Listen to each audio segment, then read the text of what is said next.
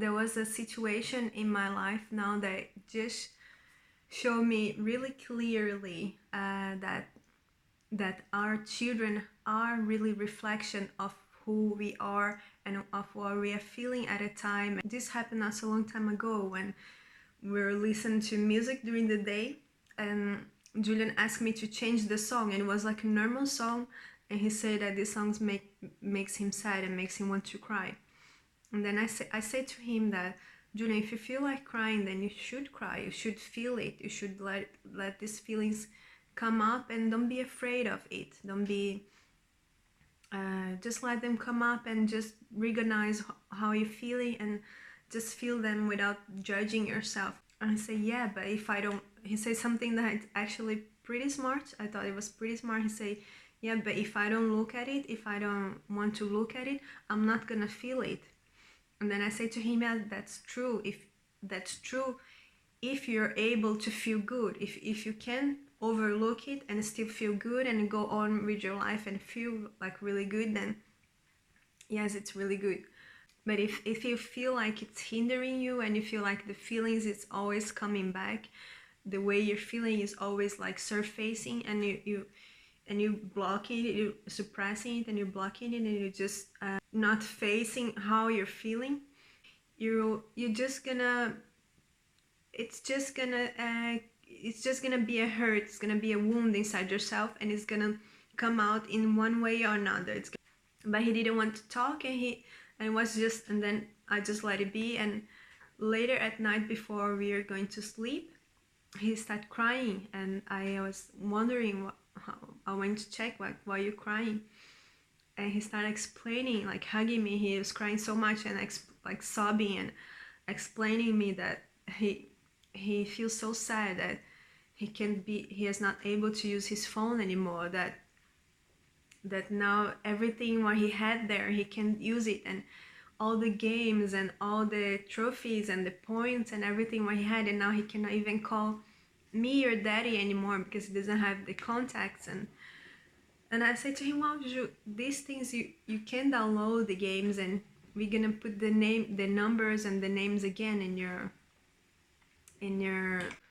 on your phone. There's nothing to worry. You're gonna play new games, better games, and you can finally put the games that you have wanted before. You didn't have enough space for it. And then he kept going with he was really in pain. He was really hurt. And then I realized, okay, this is not about this phone, because Juju doesn't care about material things, especially if he has a new one. He's not gonna care about the old one. He's just gonna let it go, and it's gonna be about the new phone and the new thing. And this was so weird, and I just let him explain himself and let him talk. And then he was telling me that he wished he would have been better, that he would have taken care better of his phone, so it wouldn't have got the virus, and the virus really broke his phone and was like dead after that. And he was talking, and then at some point I started crying, because I realized this is exactly how I felt not so long time ago. And my case was different. It was not a broken phone, but it was a broken relationship. And I felt the same way, because there was things that I have put in that relationship. There was the time and the effort that I have put on that, and all the memories and everything that makes you afraid to let go of. It makes you wonder. It makes you feel like you're afraid to let it go, and you wish you could have done better, and you wish you could have been a better reactor, like not just react to things in ways that it doesn't help anybody. And what I say to myself when I had the broken relationship, I say the same thing to Juju, that you didn't know better. You know now better, and it took a little bit experience for you to know a little bit better. And now you know that this next phone, what you have now, you're gonna take really good care. You're not gonna be opening stupid files or download these stupid games that gives you the virus, and you're gonna take care better. And now you know, so you don't have to beat yourself up for that. And then I told him, remember when mommy was feeling this way at long time ago, when I was feeling really sad, and you were asking me like how I was feeling, and I didn't really know how to explain him so well because I didn't think he would understand.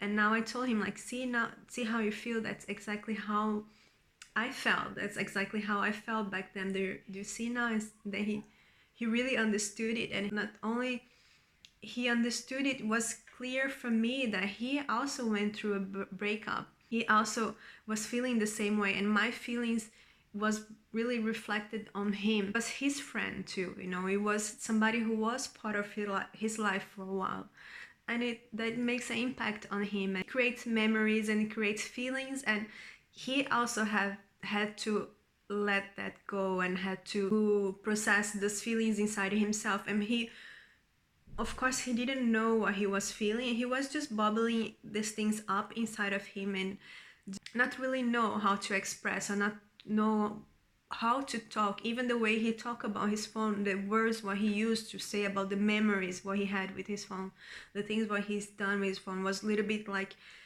because I know him so well, I understood what he was talking about. I say, oh, you mean the memories what you have in this phone? I say, yeah, exactly. And he doesn't have the words to express the feelings what he went through when we broke up the relationship. He doesn't have the words, but he feels it. If we are not conscious of our children, of how they're feeling, we would just tell him, oh, you should just suck it up and you have a new phone, like what you said about just be thankful. Or, you know, like, you suppress the child's feeling when there is some that I saw it clear. There is something much more deeper than just the phone. He would never care about the phone, and I know him this much to respect his feelings enough to try to really understand. Since he doesn't have the vocabulary to explain, or even the understanding to let me know what he's feeling inside of himself, the way he got the way that he got to express his feelings was when the phone broke, when something so simple that he already has a new phone and it's much better phone, and he's still like sad about this thing. And it was his way of letting his feelings out. And that's what children do all the time. They don't have the vocabulary to explain how they're feeling, and things are happening all the time. Things are happening to them all the time, and people treat them bad. Adults don't see them, don't realize who they are, don't talk to them respectfully and respect the soul that is inside that child. Like, ignore them, don't watch them, don't see them who they really are. We just want our children to be something to fulfill our ego, so we look good in the society. Our society, parents, they don't care who the child is. They just care that this child becomes something, that this child is good enough for me to love them, that this child is good enough for the society to love them. And we totally overlook who they really are, and that's what creates the wounds inside ourselves, when we are not seeing for who we really are, and we just have to be performing to be something else, and to be lying to ourselves and to everybody else, just so we can please other people, just so we can please our parents and the society. I think this was so, for me, like, was so wonderful experience to see that, like, how the child really gonna try to, he could have done other things. He could have been mad, but there was no reason for him to be mad. For example, he didn't understand it as a reason to be mad or to do something wrong. But for some other children, it could be, they could be mad, and they could do things like bad to other children, because that's how they feel inside of them. They don't know how to they don't know how they're feeling. They are just, it's just suffering, it's just hard. And what is it I'm feeling inside of myself? I don't understand myself. And I'm so glad that this happened, because it shows that not only I'm really connected to him, that I really can see through his behaviors, but also show me that I should even be more careful, that this child is really sensitive, that he's really watching, that he's really experienced things as much as you are.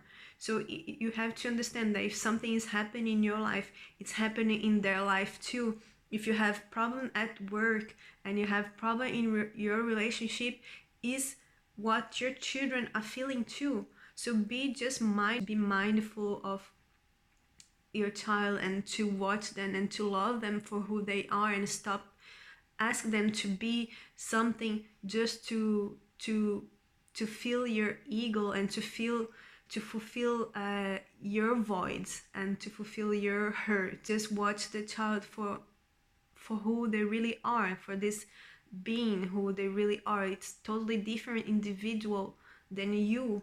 It's not you, it's not your mini me, it's totally different person. It would be like me telling somebody else who is a stranger or a friend to be just like me, to do the things like me, to love the things that I do. And this is what we do to our children. We do that just to fulfill the voids that we have from our childhood, the things that we haven't done, the things that we haven't fulfilled. We want our children to fulfill now, and it's blocking them from who they really are.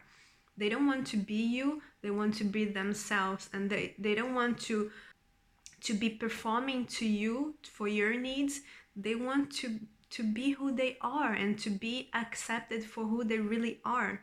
And they are worthy no matter what. They don't have to be anything to the society, to the school. They don't have to be the best grades. They are not their grades, they are not their achievements, and they are not status when they grow up. They are source energy, they are souls, they are loving beings, and they just want to be seen for who they really are. I really want to share this because this is something that is happening every day, and if we don't see our children and love them for who they really are, we're just creating another generation of hurt, unfulfilled, filled with void people who is just looking for happiness outside themselves because they don't think they are enough. They have to look for happiness in other people, in material stuff, in achievements, and be overachievers just so they can be accepted by society. And this is why we are all so miserable, because no matter how much we achieve, we are never gonna fulfill the voids of loving ourselves for who we really are with outside source, then looking inside ourselves and see ourselves for who we really are, and loving ourselves regardless of whoever is around us, whatever we have. And as long as we are looking for happiness in other things, we are gonna be unhappy. And and this is very, and I think this is the most important message for you to challenge yourself to see your child for who they really are, instead of trying to make them be the next version or the better version of you.